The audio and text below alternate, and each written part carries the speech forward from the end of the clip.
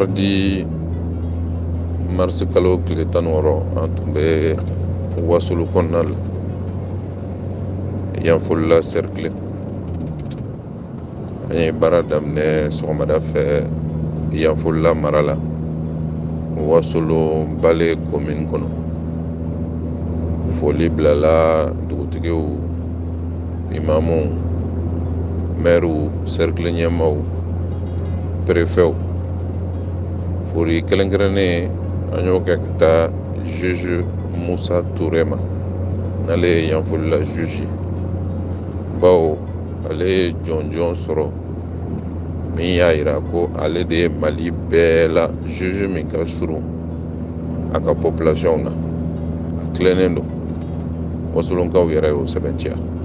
Donc o foli an y'o bila ale la ka tila ka encourager jugew ka lahala bɛ cogoya min na jamana kɔnɔ, n'a yera k'a fɔ ko juge min jamana kɔnɔdenw b'a a yira k'a tilennen don a b'a ka baara kɛ, o kan ka encourager.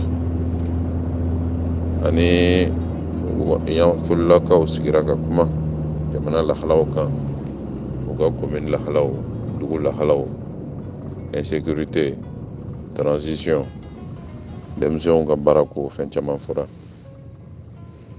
An bɔr'o la an donna wasolon kɔnɔna na. Commune Bolofuta ani commune Koloni. An taara togodaw caman na k'a daminɛ depuis Dusujana ka se Tola ka se Koloni ka na se fo Bolokɔrɔ. Ni togoda ninnu bɛɛ la ni maaw kumana, maaw y'u ka gɛlɛyaw fɔ, lahala minnu b'a la. Sirako gɛlɛyaba de bɛ a yɔrɔ dɔw bɛ yen i bɛ se ka heure 2 kɛ kilomètre 20 dɔrɔn k'o boli. Gɛlɛya wɛrɛw bɛ yen, école ko y'a dɔ ye. Kilasi dɔw bɛ yen denmisɛn 200 de bɛ kilasi kɔnɔ. O kɔni kalanko tɛ se ka fɔ o yɔrɔ ninnu na. An ye faamuyali kɛ o yɔrɔ ninnu na, an ye hakilinaw fana di, a tila k'a fɔ an bɛ baara kɛ n'a ye.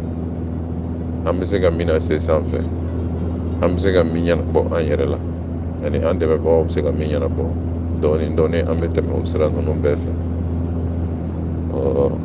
Yanfolila mara baara a kuncɛra o kan. Halisa Ala k'an dɛmɛ.